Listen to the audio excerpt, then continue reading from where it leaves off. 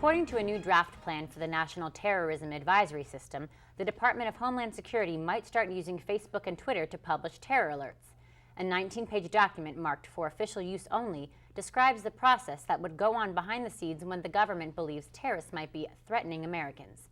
The color-coded terror alerts would be published online using Facebook and Twitter when appropriate, the plan said. Over the weekend, African Union leaders said they struck a deal with Libyan leader Muammar Gaddafi on a plan for a ceasefire. However, Libya's rebel leadership rejected the proposal today because it did not include plans for Gaddafi to step down. CNN's Frederick Pleitgen reports from Tripoli.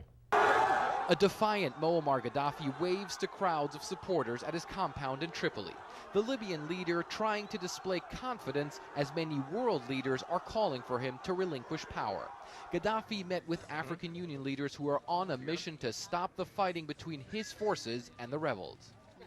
It's been a very long time since we've been able to get this close to Libyan leader Muammar Gaddafi. This is clearly a very important moment for him here with these leaders of the African Union. They say they want to broker a ceasefire as fast as possible. Late Sunday night, the AU announced progress. Gaddafi has allegedly agreed to terms for negotiations laid out by the African Union, including an immediate ceasefire and the need for a force to monitor the truce, according to South Africa's president. I think it is sufficient for me to say Brother Lead and his delegation que la délégation du frère Guide de la Révolution have accepted the roadmap as presented by the High Panel. But it's unclear whether Gaddafi's supposed commitment is real. His forces have announced ceasefires in the past, but NATO says attacks against civilians continue in eastern Libya and the town of Misrata. And so, while the African leaders were greeted with a lot of fanfare in Tripoli, the rebels in Benghazi say they're skeptical the initiative will yield any results. Gaddafi maintains close ties with the African Union.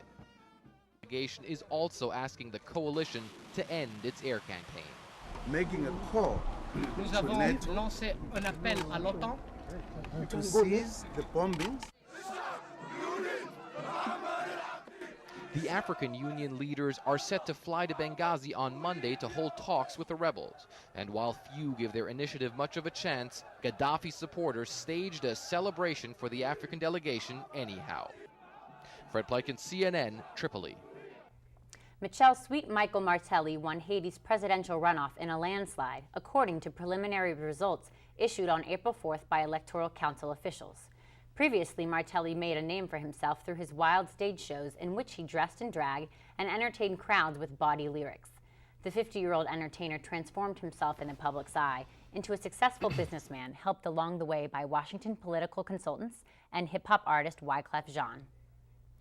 A magnitude 6.6 earthquake hit Japan on Saturday, 35 miles from Tokyo Electronic Power Plant's damaged nuclear plant. The quake caused buildings to shake and fires in the northeast part of the country. This quake comes 1 month after the devastating magnitude 9 Trembler quake and tsunami that left over 27,000 dead or missing. There was a tsunami watch for the east coast of Japan, but that warning was later lifted. After this recent quake, cell phone usage has been restricted up to 80% of phone calls, and public transportation has been cut back as well. The Tokyo Electronic Power Plant said the most recent quake had little to no damage to their nuclear power plants, and they are continuing to work on the damage caused by the first quake.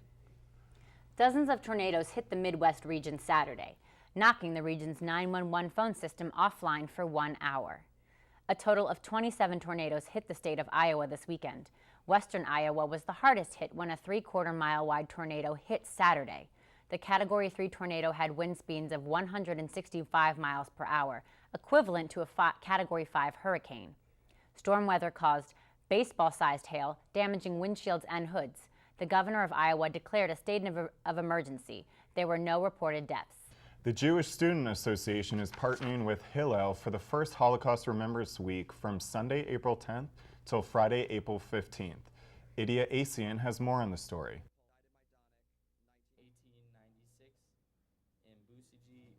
The Jewish Student Association is hosting its yearly week of events to remember those who died during the Holocaust.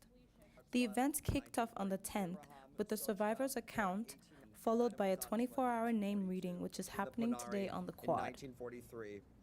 I think it's really important that Jews and non-Jews, realize the importance of the Holocaust and that it's not a Jewish thing or it's not a Roma thing or, a gypsy thing or homosexuals or any type of minority thing. It's everyone's problem. And that genocide can never happen again. And by doing this week, we hope that, they'll realize that. As we continue to demonstrate that we won't stand for genocide, we won't stand for atrocities within our community, and we'll always be on the side of humanity, demonstrating civility and respect for everyone here, both at our university and that we will stand for those values around the world. Can't stress how great this is that AU can put this on, and I really appreciate all the coverage for it and the people who come out and read. I've been up since 3 a.m. staying here, helping people, bringing food out, and Baruch Hashem, thank God we have the food, the resources, the ideas, and the people to bring this whole event together, this whole week together. Students of JSA hope that by remembering the 11 million people who died during the Holocaust, these events will help bring change. Coming up, Old City Green Nursery prides itself on being very clean and very green. With competitors like Home Depot, we find out how small businesses like this are able to stay afloat. This and more coming up after the break.